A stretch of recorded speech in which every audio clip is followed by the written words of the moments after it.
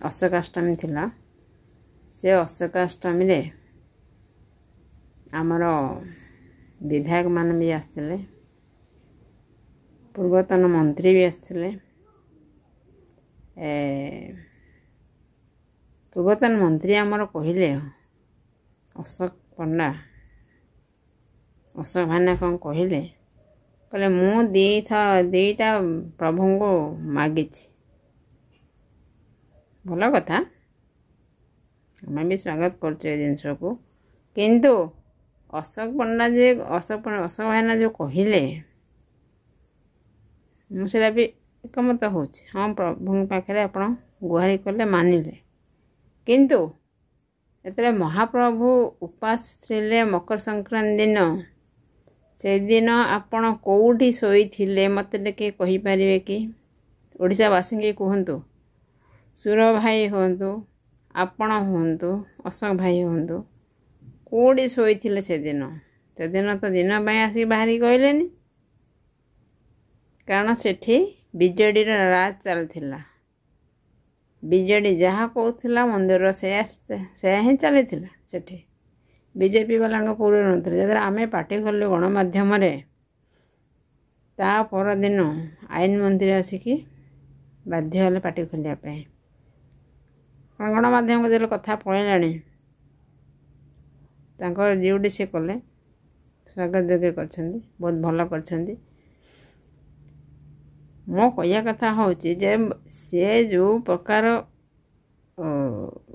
ସେ କାହିଁକି ଯେତେବେଳେ ଗୋଟେ ଠାକୁର ଉପାସ ରହୁଛନ୍ତି, ଠାକୁରଙ୍କୁ ଖରା କାକର ଖୁଆଉଛନ୍ତି, ସେଦିନ ଯେତେବେଳେ ପାଟି ଖୋଲି ନଥିଲେ, ଆଜି ଆସିକି ବଡ଼ ବଡ଼ ଭାଷଣ କାହିଁକି ମାରୁଥିଲେ? କିଏ ଶୁଣୁଛି ସେ ଭାଷଣକୁ? ବିଜେଡ଼ି ସରକାର ଥିଲାବେଳେ ତ ଯାହା କରିଛନ୍ତି ଆପଣମାନେ ଓଡ଼ିଶାବାସୀ ଜାଣିଛନ୍ତି। ବରଂ ବାବୁ ଭାଇଙ୍କି ମୁଁ ଧନ୍ୟବାଦ ଦେବି। ଜାଗର ଦିନ ମୁଁ ଦେଖିଛି ନିଜେ ଆଖିରେ, ଯେଉଁଟାକୁ ଆମେ ଯେହେତୁ ଠାକୁରଙ୍କ ସେବା କରୁଛୁ, ଦେଖି ଆସୁଛୁ। ପ୍ରତ୍ୟେକ ମନ୍ତ୍ରୀ ବିଧାୟକମାନେ ଆସିକି ଖାଲି ବୁଲିକି କ୍ୟାମେରା ପୁଳାଏ ଧରିକି, ଚକୋଲେଟ୍ ଖିଆ ମିଡ଼ିଆମାନଙ୍କୁ ଧରିକି ବୁଲିକି ଚାଲିଯାଆନ୍ତି। କିନ୍ତୁ ଆମେ ଦେଖିବା ଭିତରେ ଜାଗର ଦିନ ବହୁତ ସମୟ 7-8 ଘଣ୍ଟା ପରେ ବି ଅଧିକା ରହିଛନ୍ତି। ଅଶୋକାଷ୍ଟମୀ ଗୋଟେ ଯେ ଠାକୁରଙ୍କର ଯାତ୍ରା ହେଉଥିଲା, ରୁଙ୍କୁଣା ରଥ ଯାତ୍ରା, ସେ ଯାତ୍ରାରେ ବି ସେ ବହୁତ ସମୟ ବି ରହିଛନ୍ତି। ସେଥିପାଇଁ ଆମେ ତାଙ୍କୁ ଧନ୍ୟବାଦ ଦେଉଛୁ। କାହିଁକି ନା ଏମିତିଆ ବିଧାୟକ ବି ଆମର ବି ଦରକାର ଥିଲା। କାହିଁକିନା ଯିଏ ତାଙ୍କର ସମୟକୁ ବାହାର କରିକି ଠାକୁରଙ୍କ ପାଖରେ ସମୟଟା ବିତାଉଛନ୍ତି, ଜନସାଧାରଣ କଥା ବି ବୁଝିପାରୁଛନ୍ତି, ଆଠୁ ଭଲ କଥା ତ କିଛି ଦୁନିଆରେ ନାହିଁ। ଏଟାକୁ ଆମେ ବି ସ୍ୱାଗତ କରୁଛୁ।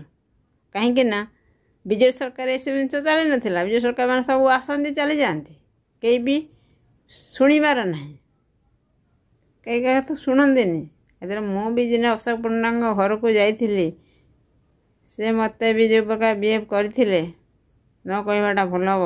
କାରଣ ଆମେ ସମସ୍ତଙ୍କ ନେତା ମନ୍ତ୍ରୀଙ୍କ ଘର ବିଜେଡ଼ି ସରକାର ଆମର ବି ଯାଇସାରିଛୁ ଲୋକଙ୍କ ସମସ୍ୟା ନେଇକି, କିନ୍ତୁ କେହି ଶୁଣନ୍ତିନି କାହା କଥା। ଆଜି ସିଏ କ'ଣ ବଡ଼ ବଡ଼ ଭାଷଣ ମାରୁଥିଲେ ଯାଇକି ଗତକାଲି, ଯେ ମୁଁ ଦୁଇଟା ପ୍ରଭୁଙ୍କୁ, ଠିକ୍ ଅଛି ପ୍ରଭୁଙ୍କୁ ମାଗିଛନ୍ତି, ଭଲ କଥା। କିନ୍ତୁ ସେଇଦିନ ଯେଉଁ ମୋ କହିବା କଥା, ସେଦିନ କାହିଁକି ଆପଣମାନେ ପାଟି ଖୋଲିଲେନି? ସମସ୍ତେ ଚୁପ୍ ରହିଲା। ସମସ୍ତେ ଚାହୁଁଥିଲେ ଏଠି କନ୍ଦଳ ସୃଷ୍ଟି ହଉ ମନ୍ଦିର ଭିତରେ। କନ୍ଦଳ ସୃଷ୍ଟି ଭଗବାନ ତ କରାଇବେନି କେବେ ବି।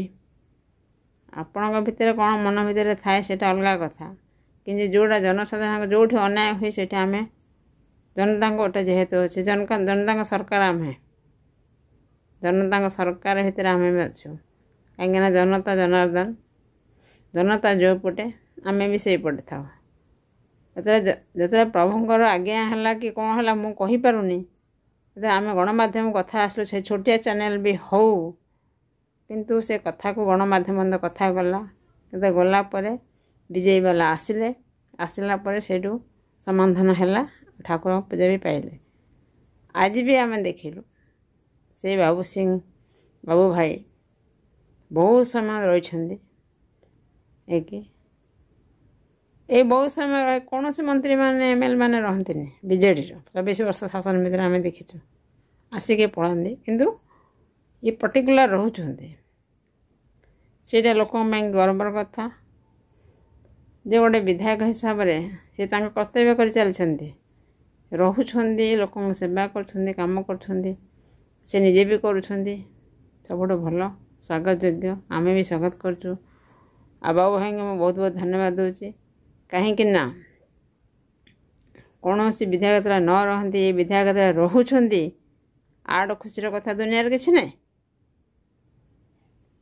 ଓଡ଼ିଶାବାସୀ ଆହୁରି ଖୁସି ହେବା କଥା ଯେ ଲିଙ୍ଗରାଜ ମହାପ୍ରଭୁଙ୍କର କାମ ହେଇପାରୁଛି ଆଉ ଆମର ତ ଗୋଟେ ଜିନିଷ କହିବାକୁ ପ୍ରତି ବାଧ୍ୟ ହେଉଛି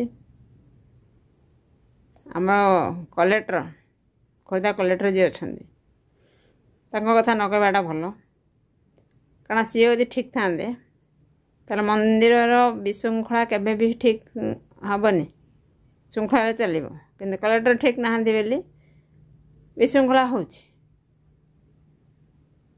ଆମେ ଦେଖି ଆସିଲୁଣି କଲେକ୍ଟର ଯେବେଠୁ ADM କଲେକ୍ଟର ରହୁଛନ୍ତି ବିଶୃଙ୍ଖଳା ଚାଲିଛି କାରଣ ସେ ବିଜେଡ଼ିର ସରକାର ପଟେ ଅଛନ୍ତି ମୁଁ ତ ଖୋଲମ ଖୋଲା କହୁଛି ବିଜେଡ଼ି ସରକାର ପଟେ ଅଛନ୍ତି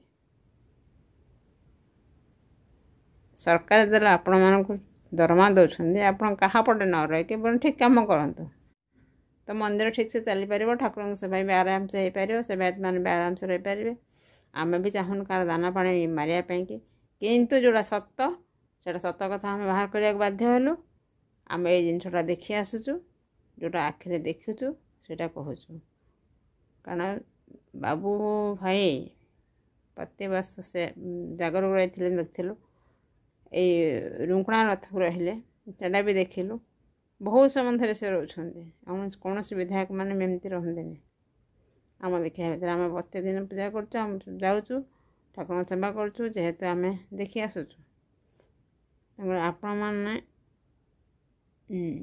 ବିଚାର କରନ୍ତୁ କେଉଁଟା ଠିକ୍ କେଉଁଟା ଭୁଲ କାହିଁକିନା BJP ସରକାର ମୋ ସରକାର ବୋଲି କହୁଛନ୍ତି ସରକାର ଯଦି ସମସ୍ତେ ସେଇ ଜିନିଷଟାକୁ ଆମେ ବି ସ୍ୱାଗତ କରୁଛୁ ଆଉ ପ୍ରାୟ BJP ସରକାରଙ୍କୁ ବି ଧନ୍ୟବାଦ ଦେଉଛି କାହିଁକି ନା ମନ୍ଦିରଙ୍କର କାମ ଠାକୁର ପ୍ରଭୁ ଲିଙ୍ଗରାଜଙ୍କର କାମ ଠିକ୍ସେ ହେଇପାରୁଛି ସେଥିପାଇଁ ଆମେ ବହୁତ ଖୁସି ଅଛୁ ଯେହେତୁ ଆମେ ଠାକୁରଙ୍କ କାମ କରି ଆସୁଛୁ ଠାକୁରଙ୍କର କାମ ଏବେ ନୀତି ଠିକ୍ସେ ଚାଲୁଛି ଆମେ ବହୁତ ଖୁସି ଅଛୁ ସେଥିପାଇଁ ବାବୁ ଭାଇଙ୍କୁ ମୁଁ ଧନ୍ୟବାଦ ଦେଉଛି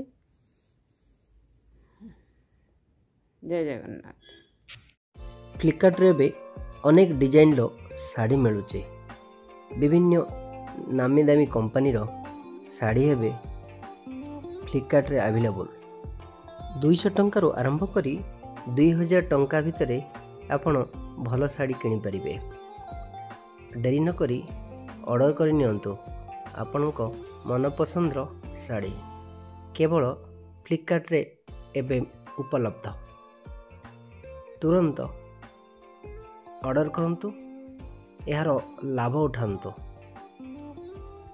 ଏହିଭଳି ଅନଲାଇନ୍ ସପିଂ ପ୍ରଡ଼କ୍ଟ ଦେଖିବାକୁ ହେଲେ ଆମ ଚ୍ୟାନେଲକୁ ଲାଇକ୍ କରନ୍ତୁ ସେୟାର କରନ୍ତୁ ସବସ୍କ୍ରାଇବ୍ କରିବାକୁ ଜମା ବି ଭୁଲନ୍ତୁ ନାହିଁ।